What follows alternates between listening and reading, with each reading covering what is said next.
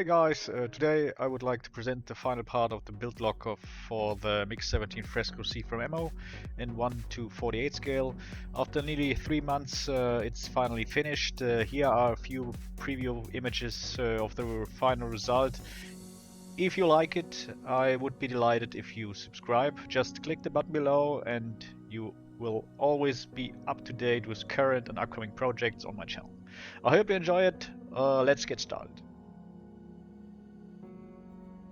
In this section, I will be focusing on the undercarriage or the belly and the weathering process of the model. Finally, I will briefly cover the creation of the diorama and the figure.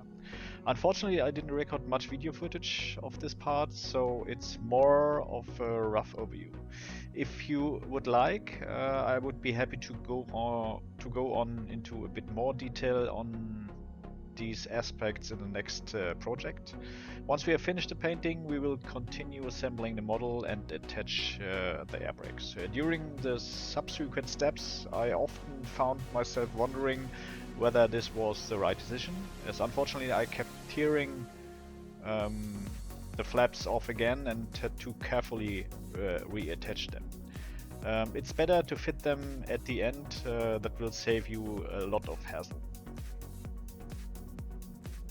But we are all learning as we go, so let's put that aside and focus on the landing gear. The original parts in the kit aren't bad, but the included resin parts are simply brilliant. Much more detailed and featuring lovely details such as recessed areas. They really enhance the model. For this model I've opted for a new approach to the paintwork. Whereas I used to work with ammo tire paint, this time I wanted to go a step further and create a bit more of three-dimensional effects. To do this, I first painted the tires with AK wheel color rubber black, and then in the next step added the first highlights by lightening them with white. I then used the included masking film to paint the rims green and use the brush to paint further details in steel. Let everything dry thoroughly and then continue to build up the effects. To do this, use an old but tried and tested method, the dry brushing. To add further accents and highlights, it is important to make sure you really wipe the brush almost completely dry and then slowly build up the effect in several passes. The Dio dry brush paint from ammo are really great for this and offer an excellent consistency for use straight from the bottle. If you don't have any to hand, you can also use normal acrylic paint and strip the brush a little more thoroughly. Once the effect has been applied to the desired extent, you must let the whole thing dry thoroughly again before you start applying the wash. In the meantime, you can work on upgrading the undercarriage parts or the landing gear parts and recreate cables and hydraulic hoses using simple method. To do this, take a piece of old plastic from a sprue and use a lighter to draw it into a thin wire. It is important to pull it evenly and quickly once it is heated. This takes a bit of practice, but helps to produce uniform wires. If that's too much work for you, you can also use bell wire or lead wire.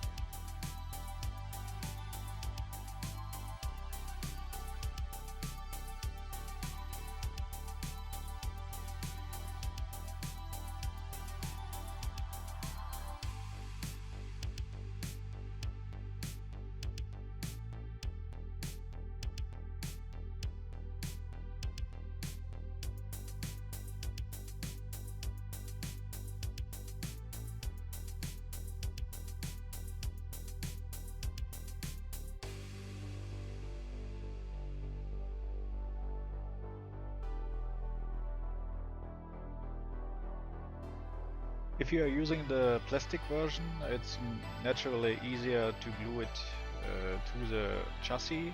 To do this, bend it slightly into shape using tweezers and then secure it in place with plastic glue. From my point of view, Tamiya X-Xanthamid is the best choice to do this. Once everything has dried, you can paint the chassis and use a fine brush to paint the hoses. Then apply a wash to these as well and attach them to the fuselage. I really had to do some research on the flaps because at first I couldn't believe that the position described in the assembly instructions was the correct one. But yes, it is. So you need to be a bit careful with the flaps. The position shown here is the correct one. Or you can leave them closed, then you won't have the challenge. Finally attach the landing gear doors to the fuselage and you are ready for the next step.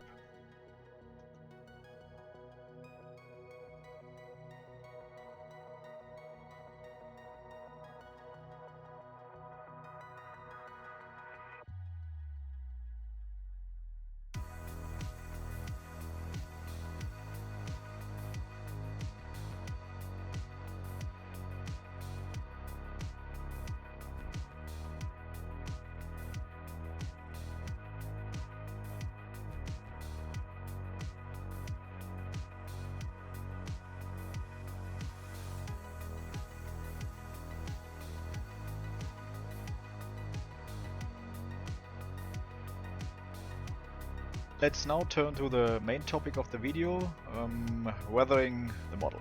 I spent a long time thinking about how to approach this. Should I use chipping fluid or a brush?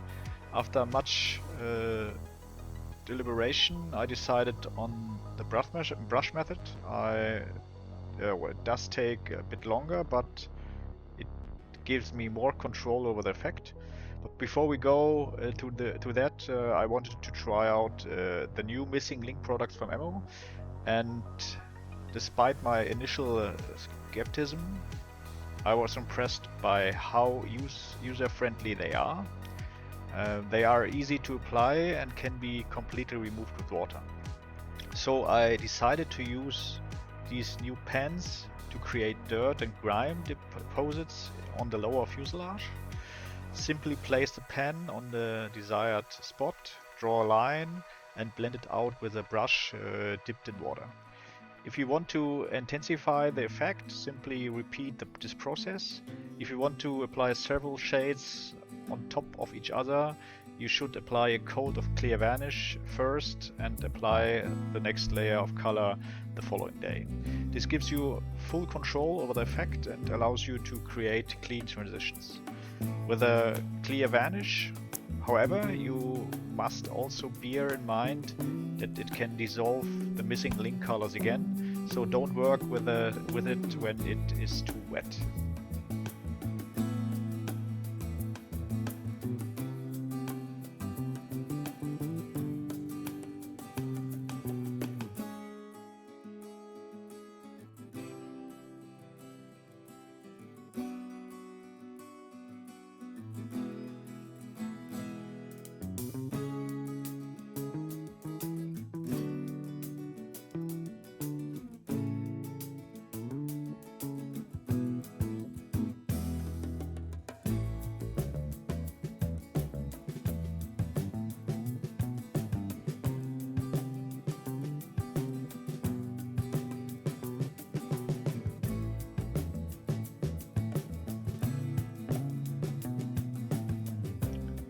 For the chipping effect, I used the fine brush and then carefully applied small dots one by one. It takes time, of course, but the end result is lovely. It's important to clean the brush regularly and keep using fresh paint so that the chipping looks as natural as possible. You can also use a drying retarder. I didn't do this, but if you are not so familiar with this method, just use drying retarder. I recommend 5-0 brush or smaller. For the underside, I decided to use a shade of blue, as steel and blue didn't quite look as harmonious together. The new atom paints from Ammo are really well suited for this and produce a clean result. Think about where you want the chippings to appear, on flaps, hatches or at edges, and gradually build up the model until you are happy with it. However, make sure the color difference isn't too stark, otherwise it will quickly look unnatural.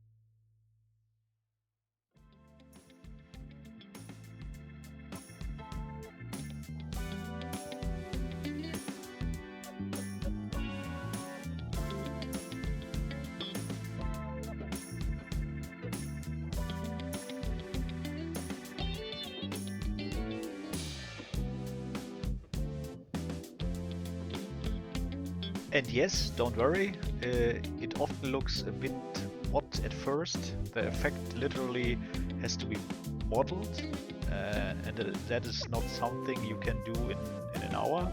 It took me nearly a week to create all the chipping effects for the entire model. But bear in mind that the result is worth it.